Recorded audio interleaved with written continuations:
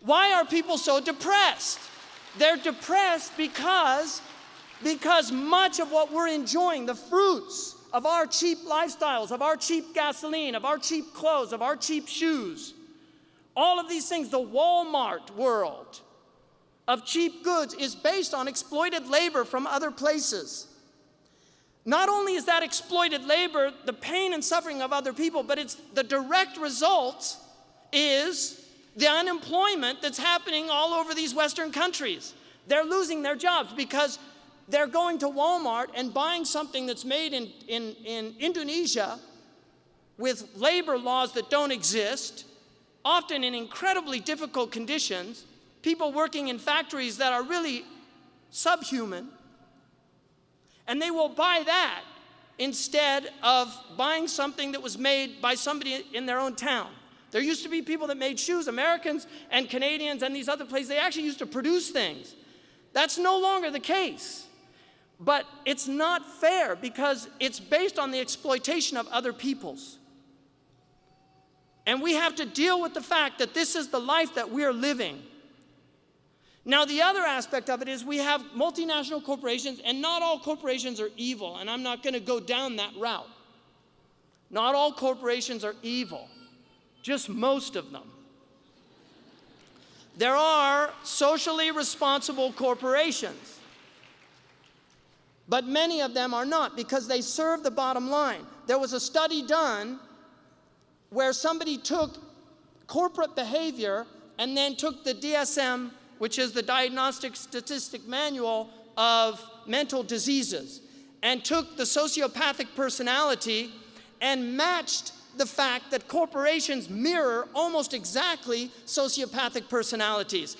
The corporation is a legal person in the West. Even though Shaykh Abdullah bin Bayya, may Allah preserve him, and unfortunately he wanted to come. Shaykh Abdullah bin Bayya was the only person on the fiqh council that was against the idea of making corporations legal persons, because he said it's against the Sharia principle that there has to be human responsibility. You cannot have a corporation that's run by people and that those people can walk away from the corporation scot-free when this corporation does all these terrible things. So you can sue the corporation, but you can't sue the people behind the corporation. And he was against that idea, and they were saying, Sheikh, this is the age we're living in, and I told him, I said, you know, the most progressive voices in America and in the West are saying the same thing that you're saying. And he said, they should come to the fiqh council and help me out.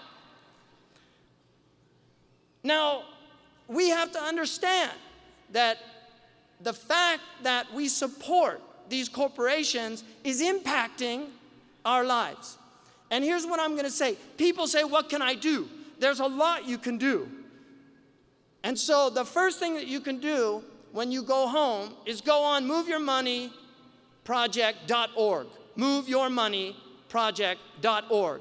You can move your money out of banks that are doing all of these heinous things and put them into credit unions and local banks. But this is only a temporary solution. The reality of what we have to do, and I've started this process.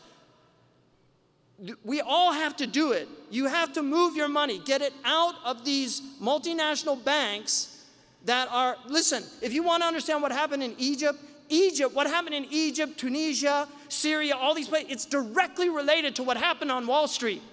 Because the commodities market zoomed up because all the real estate was collapsing, and so they start putting their money into commodities. Commodities go up, and suddenly the Egyptian, who was paying 25% of his income for food, is now paying 45% of his income for food, and he can't afford it. And they're literally starving. This is happening in many, many places around the world.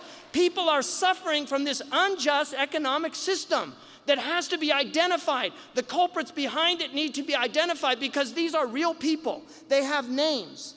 And they're doing things that are completely immoral. They're doing things that are absolutely immoral, and we are all suffering from it. Canada's been spared a lot of this egregiousness because there were much better fiscal policies here, but don't think that you're free from it. And the other thing is, if we go, you go.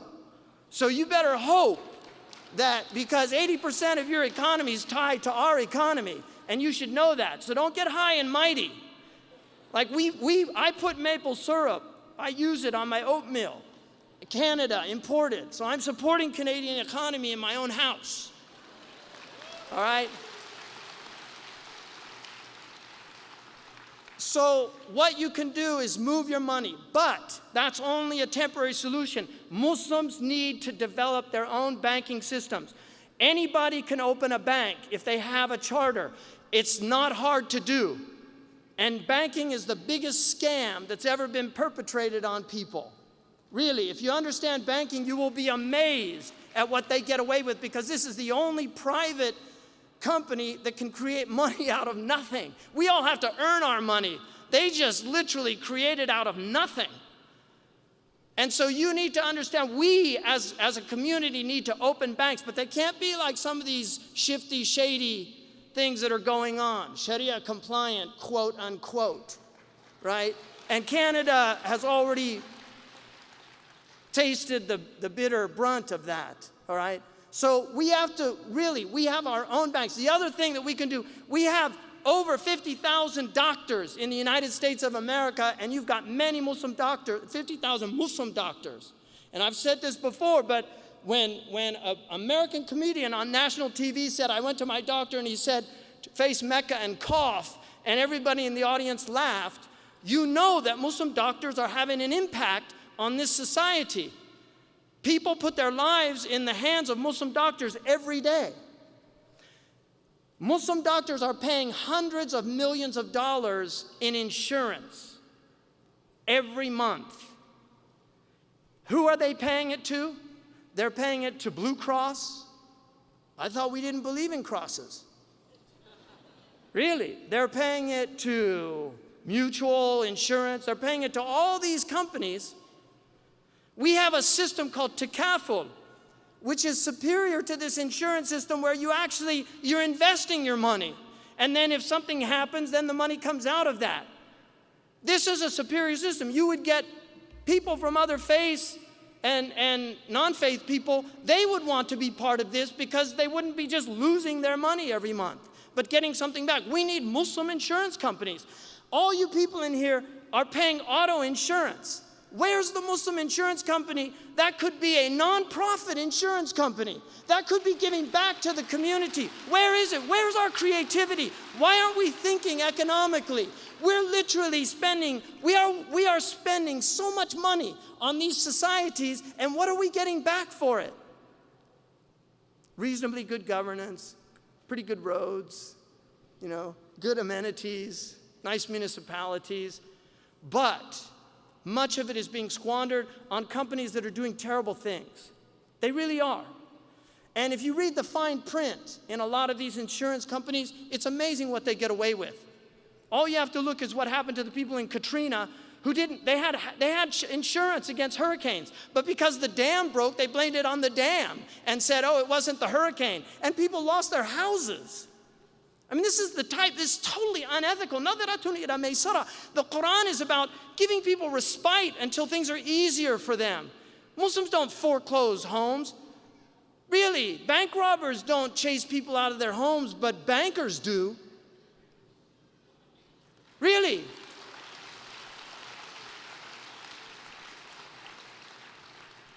It's amazing what they get away with.